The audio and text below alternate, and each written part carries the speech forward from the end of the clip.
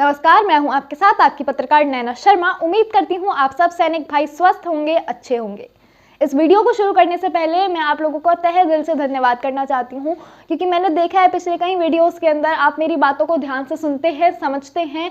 और मैं सबको कहती हूं कि कमेंट सेक्शन में जय जवान जय किसान जरूर लिखेगा। फिर मैं जब जाके पढ़ती हूँ कमेंट सेक्शन और आप सब अपने विचारों के साथ जय जवान जय किसान जरूर लिख के भेजते हैं, तो इसको देख के मुझे बहुत ज़्यादा खुशी होती है कि आप लोग मेरी बातों को ध्यान से सुनते हैं, समझते हैं। इससे मुझे बहुत खुशी मिलती है और एक इज्जत वाली भावना भी होती है कि मेरे दिल में आप लोगों के लिए इज्जत है और आप लोग मेरे कहने पे कमेंट कर देते हैं। इससे मुझे पता चल जाता है कि आप लोगों के दिल में भी मेरे लिए इज्जत है, आप लोग मेरी बात सुनते हैं। तो ये देखकर मुझे बहुत ज़्यादा खुशी हुई। इसके लिए मैं आपका तहे दिल से धन्यवाद करना चाहूँगी। और हमारा चैनल आप लोगों के लिए हमेशा काम करता रहेगा, आप लोगों के हक की आवाज़ उठाता रहेगा।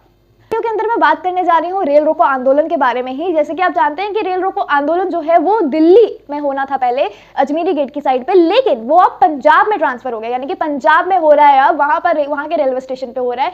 लेकिन यहाँ पर एक बड़ी बात ये भी है कि एक स्टेटमेंट जो निकल के आई, मेजर जनरल सतबीर सिंह का एक ट्वीट आया। जी हाँ, सतबीर सिंह का एक ट्वीट आया है। सतबीर सिंह के नाम से आपको 2014-15 का जंतर मंतर का प्रोटेस्ट भी याद आ गया होगा। लेकिन अभी का इनका जो ट्वीट है उसकी एक आखिरी की लाइन में लिखा है, जेसीयू जवान ओआर और ऑफिसर्स एक साथ। मतलब ये सब एक हैं, ये एक साथ है। ये स्टेटमेंट सुन के मेरे को भी थोड़ा सा हुआ, ये क्या लिख दिया इन्होंने, और आप लोगों को भी हुआ होगा, क्योंकि अभी तक हमेशा से हमने यही देखा है कि जो ओआरओपी है उसमें भी, जो एमएसपी है उसमें भी, और तमाम चीजों में भी जो हमारे ऑफिसर्स हैं वो हमेशा जवान जेसीयूज का हक मारते आए हैं, हमेशा से उनका हक मारते आए हैं, हमेशा से उनका हक लेते आए हैं। 2014-15 में भी जब वहां पर जंतर मंतर पर प्रोटेस्ट हो रहा था, वहां पर भी यही हुआ था। ओआरओपी का जो बेनिफिट था उसमें 97% बेनिफिट तो हमारे ऑफिसर्स को मिल गया था, खाली 3% हमारे जवान जेसीओस को मिला था। तो कितनी ज्यादा गलत बात है ये। अब ये जो रेल रोको आंदोलन हो रहा है इसमें हमारे सैनिक सतर्क भी हैं और वो अब अपनी मांगे पूरी करा के रहेंगे, अपना हक अब लेके रहेंगे। हमारा चैनल भी पूरा उनके साथ है कि उनको उनका हक मिलना भी चाहिए। वो इतनी मेहनत करते हैं, इतना देश के लिए समर्पण हो जाते हैं, शहीद हो जाते हैं, तो उनको उनका हक मिलना चाहिए।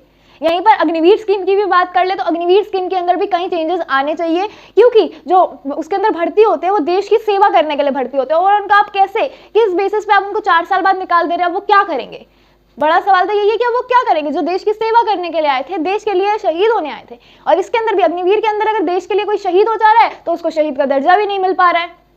तो इतनी सारी जो कठिनाइयां आ रही हैं, इतनी सारी जो मुश्किलें आ रही हैं, इतना सारा जो डिस्क्रिमिनेशन बोलूं हो रहा है हमारे सैनिकों के साथ, हमारे जवानों के साथ, हमारे जेसीओस के साथ, तो अब जो होता है ना, पानी सर के ऊपर चला गया। तो अब उनको कुछ तो करना था। अब उन्होंने रेल रोको आंदोलन किया। ये भी पूरा पीसफुल तरीके से हो रहा है, मैं आपको बता दूं, पूरा एकदम पीसफुल तरीके से हो रहा है। यहाँ पर भी इसका मोमेंटम भी आपको पता होगा, मैंने कई वीडियो में बताया कि इसका मोमेंटम भी एमओडी के पास पहले ही पहुंच गया था। एमओडी को पता था, गवर्नमेंट को पता था, सबको पता था, न्यूज के माध्यम से भी सबको पता लग रहा था, पूरे देश को पता लग चुका था कि जो हमारे सैनिक है वो रेल रोको आंदोलन करने वाले हैं। पहले ये दिल्ली में हो रहा था, अब ये पंजाब में हो रहा है। आप देख सकते हैं सरकार इस पे कुछ कर नहीं रही है, वो इस पे भी कुछ बोल नहीं रही है।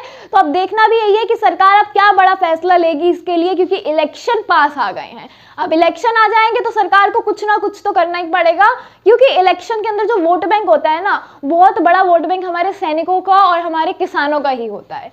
क्योंकि इतनी ज्यादा तादाद में हमारे देश के अंदर सैनिक हैं, उनके परिवार है, फिर और फार्मर्स हैं यानी कि किसान, और फिर उनके परिवार, तो इनकी जो तादाद है वो बहुत ज्यादा है। तो ये पूरा वोट बैंक हिला सकती है। तो अब देखना भी यही है कि सरकार कौन सा बड़ा फैसला लेगी, क्योंकि इलेक्शन नजदीक आ रहे हैं तो सरकार को कुछ ना कुछ तो करना ही होगा। अब देखते हैं कि हमारे जवान जेसीओस के हित में फैसला लेगी सरकार या फिर से इन्हें गुमराह कर देगी। तो इस बार मैं आप सब सैनिकों, जेसीओस, जवानों भाई से यही कहना चाहूंगी, सतर्क रहिए, सावधान रहिए।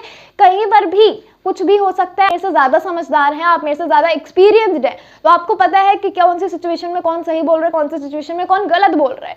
आपको सावधानी बरतनी होगी। और मैं उम्मीद करती हूँ हमारा चैनल पूरा आपके सपोर्ट में है, आपको आपका हक मिलना चाहिए। आपने देश के लिए बहुत चीजें करते तो आपको भी आपका हक मिलना चाहिए। सैनिक भाइयों, आपसे यही रिक्वेस्ट है मेरी कि अपने विचारों को अब कमेंट सेक्शन में लिखना बिल्कुल ना भूले।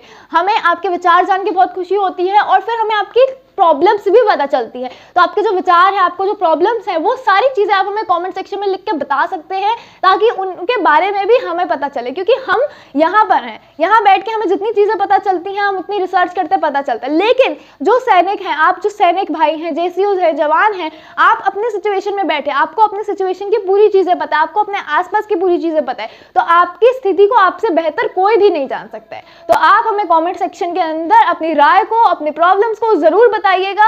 मैं हूं आपके साथ आपकी पत्रकार नैना शर्मा। फिर से मिलूंगी एक नई वीडियो के साथ। तब तक के लिए जय हिंद, जय भारत।